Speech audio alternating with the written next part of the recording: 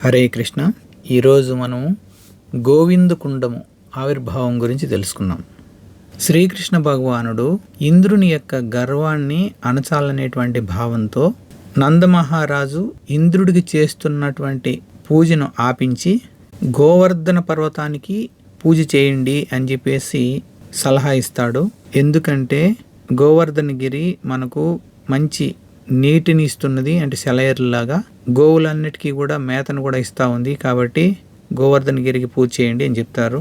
అందరూ గోవర్ధనగిరి పర్వతానికి పూజ చేసినప్పుడు ఇంద్రుడికి తీవ్రమైన కోపం వస్తుంది.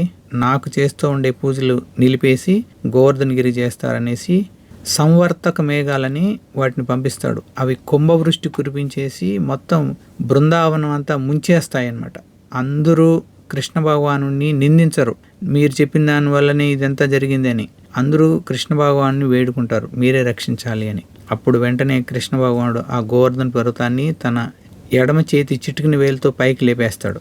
ఆ పర్వతం కిందికి అందరూ గోపబాలురు, గోపికలు, ఆవులు, దూడలు, గోవులన్నీ కూడా మొత్తం వచ్చేస్తాయి. అది 21 కిలోమీటర్ వైశాల్యమాట, పెద్ద పర్వతం.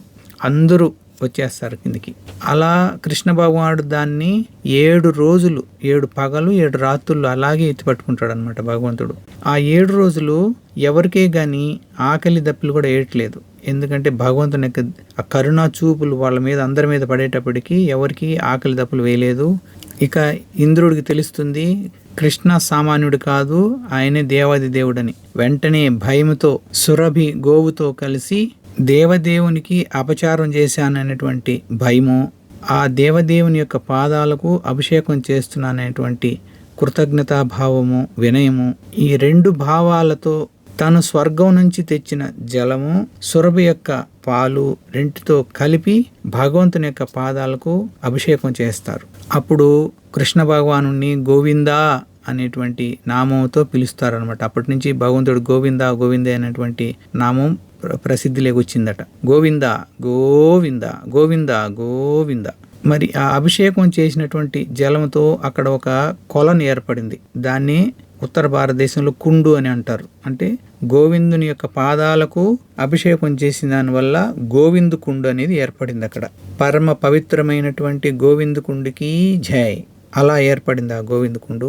అలాంటి పవిత్రమైనటువంటి గోవింద కుండు నాకు ఎప్పుడూ నిరంతరము కన్నులెదుట దర్శనం ఇవ్వుగాక అనేసి ఇంద్రుడు ప్రార్థిస్తున్నాడు. ఈ గోవిందకుండు దగ్గర రాధాకృష్ణుల యొక్క లీలలు చాలా జరిగాయి. చాలా పవిత్రంగా చెప్పుకుంటారు ఈ ప్రదేశాన్ని. హరే కృష్ణ. యత్రాభిషిక్తో భగవాన్ మఘోన మధువైరిణ గోవిందకుండం తజ్ఞాతం స్నానమాత్రేణ మోక్షదం. ఇంద్రుడు శ్రీకృష్ణ భగవాను యొక్క పాదాలకు అభిషేకం చేయడం వల్ల ఏర్పడినటువంటి ఈ గోవిందకుండంలో కేవలము స్నానం చేయడంతోనే మనిషికి మోక్షం కలుగుతుందట.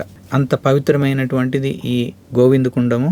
ఇది మనకు గోవర్ధనగిరి పరిక్రమ చేసేటప్పుడు మనకు అది కనబడుతుంది. దారిలో చాలా కుండ్లు ఉన్నాయి, అందులో ఇది కూడా మనకు కనబడుతుంది.